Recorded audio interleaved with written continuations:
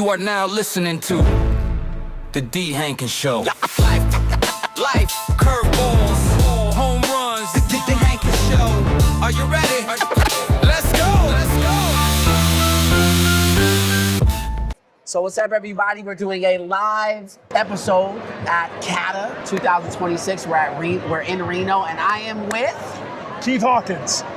He's being very humble. The legendary Keith Hawkins. So I have to ask you this, and it's going to set up everything else. Okay.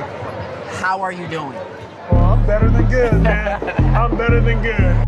You know what that means. Exactly, right? Yep. So I know what that means, but they don't know what that means. So explain that to me. Better than good. Why, when I ask you, how are you, you respond with better than good?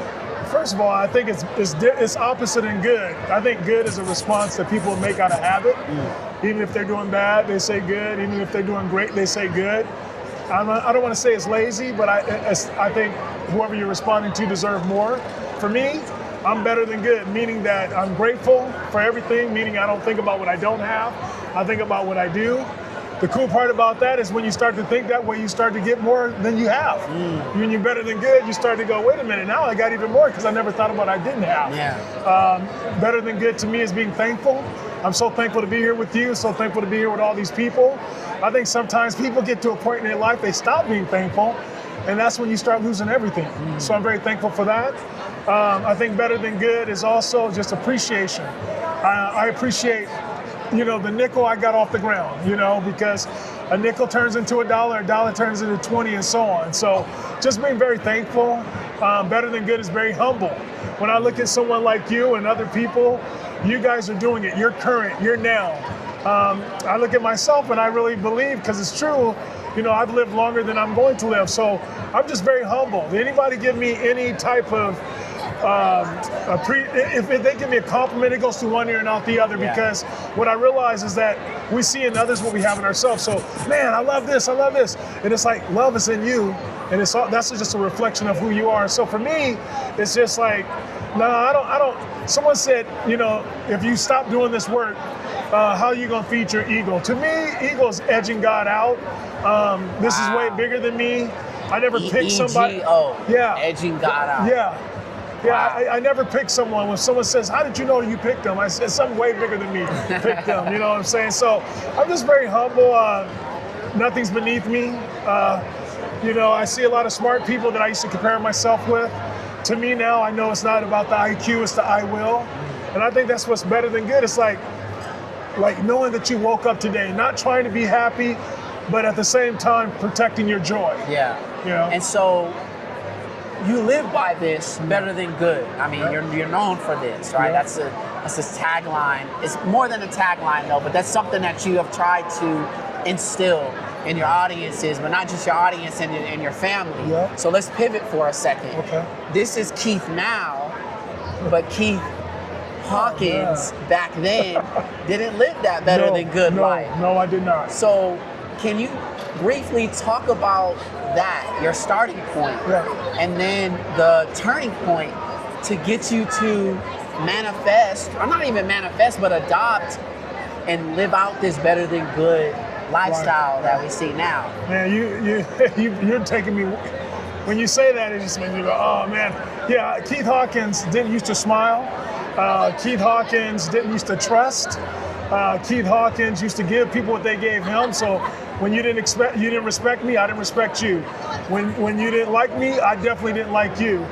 It got so bad that if I knew that you had an issue with me, I would come ask you, what issue do you have with me?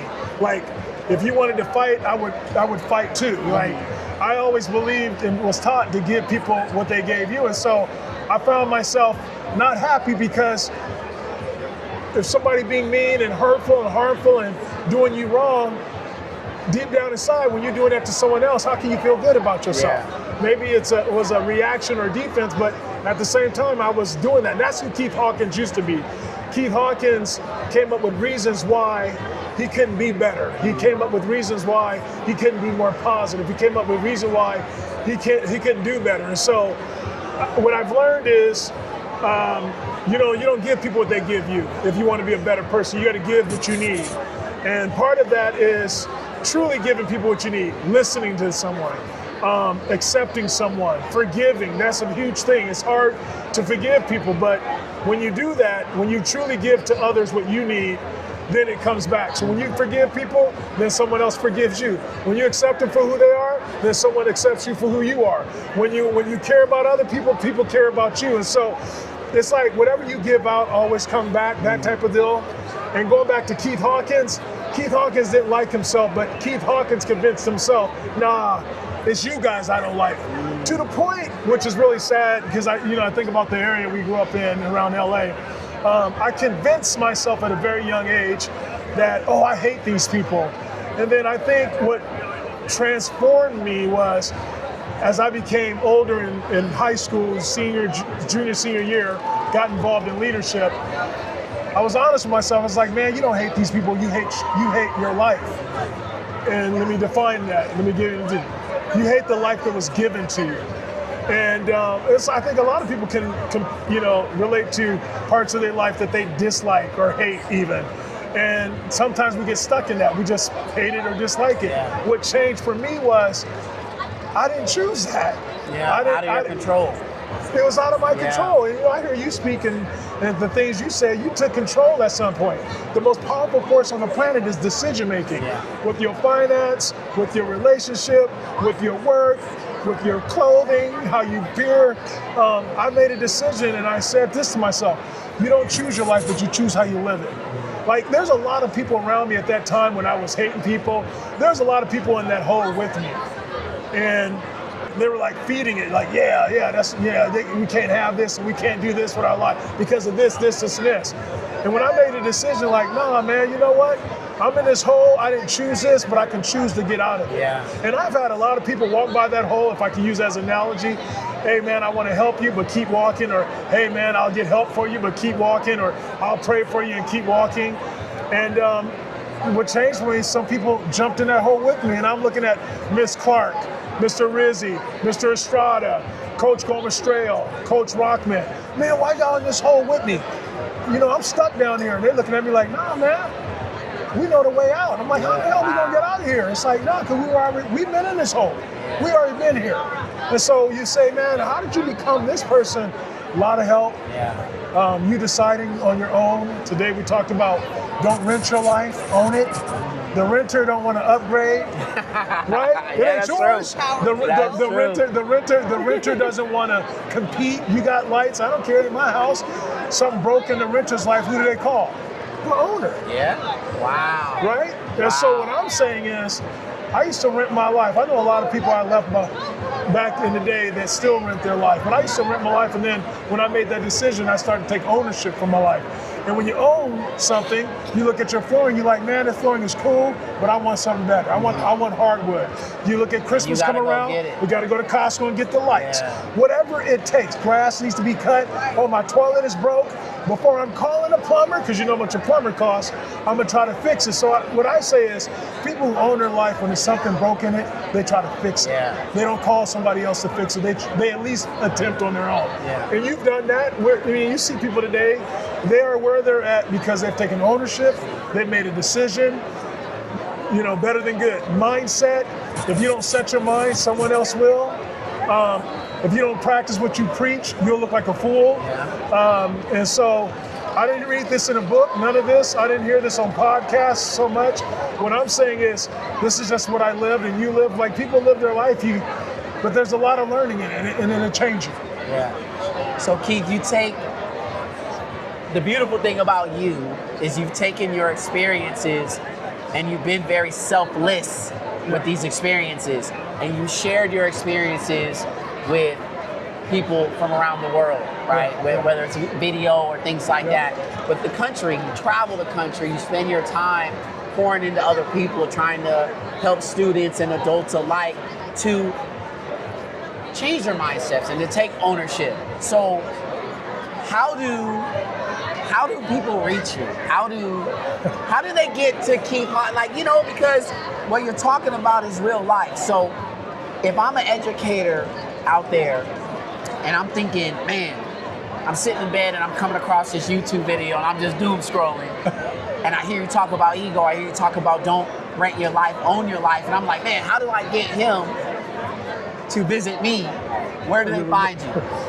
First of all, nowadays it's so easy. You look up Keith Hawkins, not D Hankins, but Keith Hawkins. I will pop up anywhere. Keith Speaks Out, Instagram, Twitter, Keith at KeithHawkins.com, all the email or website. That's all Keith Hawkins. You just look it up.